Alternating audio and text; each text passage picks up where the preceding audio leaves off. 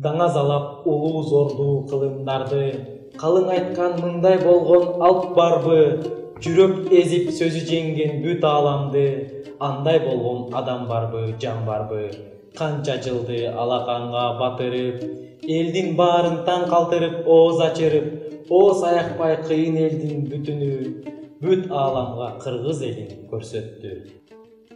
Саламатсыздарбы урматтуу достор, кыргыз элинин залкар манасчысы Саякбай Каралаевдин 120 жылдыгына арналган факультеттик саатта Кыргыз улуттук агрардык университетинин Евразия инновациялык технологиялар факультетинин студенттер кеңеши тарабынан даярдалган видеороликке көңүл бурабыз. Саламатсызбы? Улуу манасчы дегенде эң биринчи кимди эстейсиз? Улуу манасчы биздин улуу манасчы Саякбай Каралаев. Саякбай Каралаев. Саякбай Каралаев. Саякбай Каралаев. Саякбай Каралаев жөнүндө эмнелерди билесиз? Кыргыз элинен чыккан залкар улуу манасчы. Кыргыз элине таанымал улуу манасчы экенин албетте биринчиден анын үстүнө бул Саякбай Каралаев манас үчүлтүгүн толугу менен айткан билем. Саякбай Каралаев бул ошо кыргыз элине даңктуу киши да. Саякбай Каралаев бул 20-чы кылымдын гомери деген наамды алган. Чыңгыз Айтматов бул наамды берген. Эми үстүндө жылдар чын Саякбай Каралаевдин 120 жылдыгы берген жаат ошол мамлекет сатында ишталган болуп ошол көрүп жатабыз.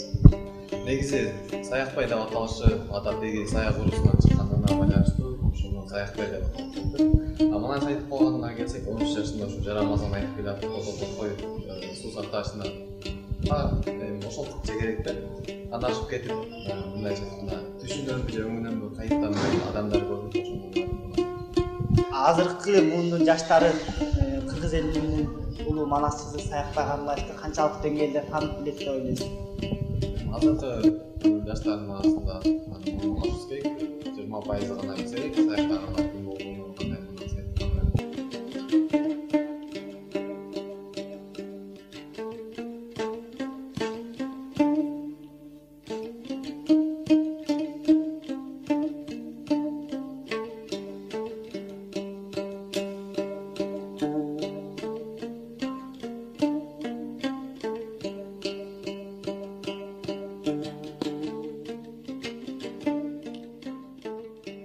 Саякбай Каралаев Тоң районунун Семизбел айылында 1894 жылдын 7 сентябрында туулган.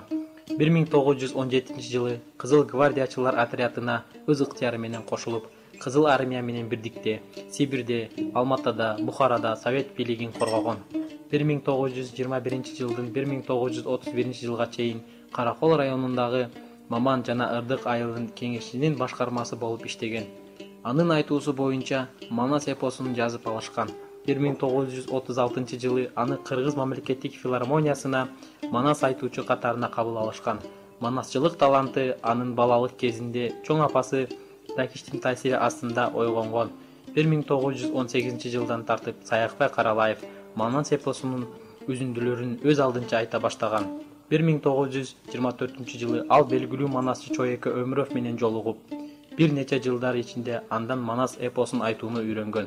Саякбай Каралаев өзүнүн эскерүүсүндө белгилүү манасчы Акылбек жөнүндө дагы өзүнүн устаты катары эскерет. 1930 жылдын көрүнүктүү манасчысы болуп эсептелет. 1935 жылдан тартып Саякбай Каралаевдин толук варианты боюнча Манас эпосун жазуу иши башталып, 1937 жылы Үчүлтиктин биринчи бөлүгү Кийин Семетей, Сейтек жазылып алынган. Мурда белгисиз болгон Кенендин, Алым Сарыктын жана Кубан Сарыктын окуялары эпостун уландысы болгон. Манас эпосунун бул варианты жалпы көлөмү 500.553 ыр саптарын түзөт. Дүйнө элдеринин эпостору менен салыштырганда көлөмү боюнча Гомердин Илиада жана Одиссеясынан 20 эсеге чоң, ошондой эле Шахнамеденден 5 эсеге чоң жана Махабахаратадан 2 эсе чоң. Саякбай Каралаев Манас эпосун бир нече айлар бою үзгүлтүксүз аткара алган. Аны 20-чы кылымдын Гомери деп аташып койгон. Саякбай Каралаевдин айтуусунда Эртөштүк эпосу жазылып алынып, 1938 жылы кыргыз тилинде, ал эми 1958 жылы орус тилинде өзүнчө китеп болуп басылып чыккан.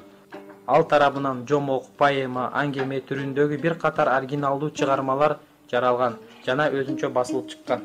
Ошондой эле көптөгөн китептери жарык көргөн. Алардын ичинен Манас, Эртөштүк, Каникейдин Тайторунун чапканы жана ошондой сыяктуу көптөгөн китептери жарыкка чыккан.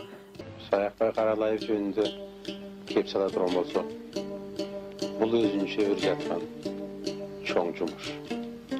Эмне үчүн дегенде Каралаев деген ысымдын өзү азыркы муундар үчүн чоң тарих маани берип, мунун аркасында улуу Манас дастаны жатканын дароо түшүнөбүз.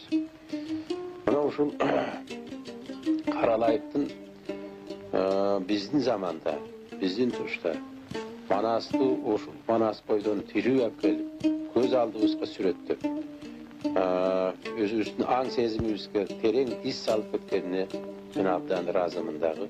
Улам эстеген сайын ушул адамдын улуулугун көз алдыма келтирем. Манастын тарихын, Манастын жөнүн сүйлөй турган болсок, Каралаевсыз ал сөз болууга да мүмкүн эмес. Албетте Каралаевден мурда да болгон улуу манасчылар көз өткөндөр. Мурдагы муундардын өкүлдөрү биринин артынан бири тизилип келген чыгар. Тарихта изи калган чыгар. Бирок биздин аныктап көрүп билип калганыбыз Каралаев. Ан сайын Каралаевден мурда болгон манасчыларды элестетебиз. Анткени Каралаев ошолордун кандайдыр бир уюткусу. Ошолордун калтырып кеткен биз үчүн чоң дүйнөсү, мүлкү. Ким билет биринчи манасчы ким болгонун. Биз элбиз, журтпуз. Биздин да басып өткөн күрөш жолубуз бар деп сезим. Элдин башынан өткөргөн тарихын биринчи болуп ким ырга жамактаганын ким билсин. Балким ал 40 чоронун биридир. Балким кабарсыз бир жылкычыдыр, койчудур. Айтор биз аны эч качан биле албайбыз. Бирок Манас эпосу алгачкы башталганында сызылган булак өңдөнүп, кийин жүрүп отуруп, доордон доорго көчүп, ооздон оозго көчүп, дайра болуп, улам барган сайын көбөйүп, күчөп жетилгенине шек жок. Мындай алып нерсе бирден бир жарала албайт. Бул алып чыгармага кыргыз журтунун нечен катар муундары эмгек сиңирип, буга өздөрүнүн эң мыкты таланттарын, эң мыкты ойчулдарын жууруштуруп жумшап келген. Барган сайын, кылымдан кылымга өткөн сайын Манас эпопеясынын өзөнү тереңдеп, жүрө бара илимдин күчү менен өзөн деңизге, деңиз океанга айланган. Түгүл эпос Манас Семетей Сейтек болуп бөлүнүп, ошол ар бир бөлүгүн билген, айткан кишилердин өздөрү манасчы, семетейчи болуп адистешип кеткен. Мына ошол бизге аттары белгилүү 19-20 кылымдагы дөө манасчылардын бири биздин замандашыбыз, биздин касиеттүү карыябыз, биздин сыймыгыбыз Саякбай Каралаев.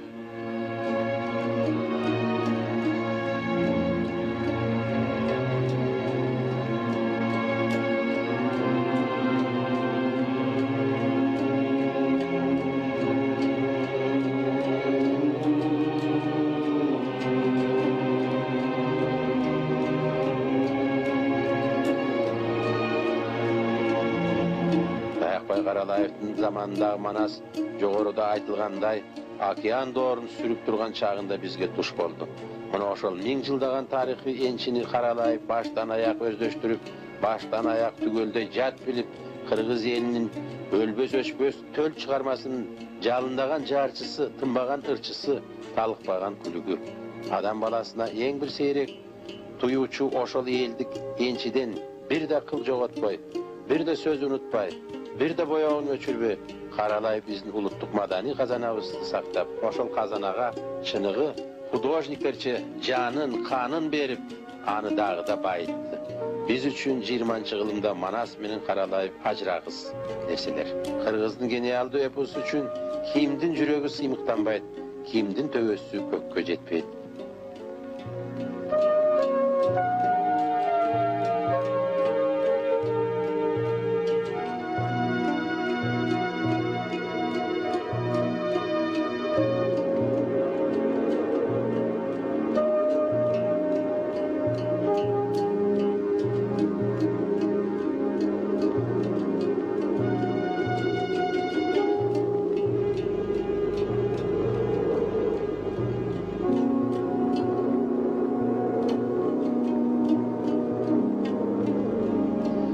Ар kimimiz bala günden tartıp Manastın kızuu dem menen dalay ergip, dalay termelip köp şıklanıp kele jatabız.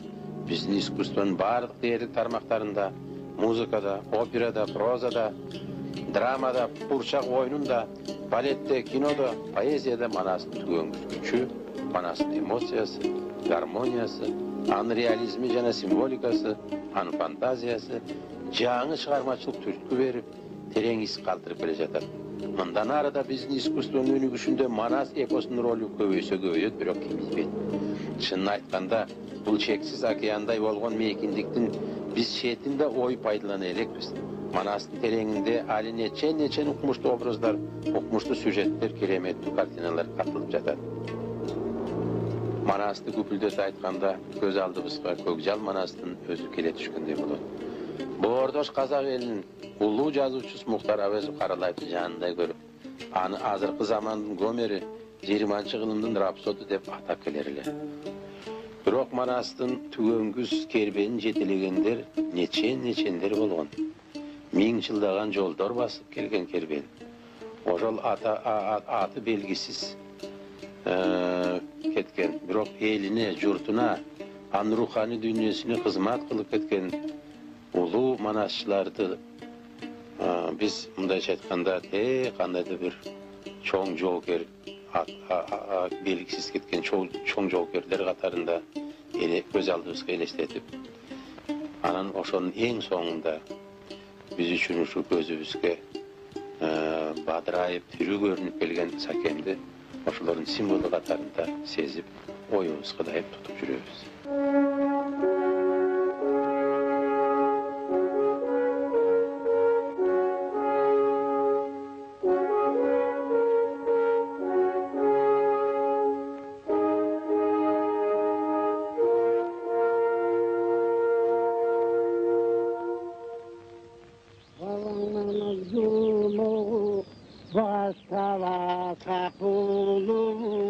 Атаңардың думуғын ар четтің бұлғылу қалқылының қалған сөз қалаяқ мұқа қылған сөз ел ұлының қалған сөз ежелден бері зор маңыз ел ұлына қалған сөз ақмаралайда бұйғылып düşmanға салған чулған чоң Алтайда туылып.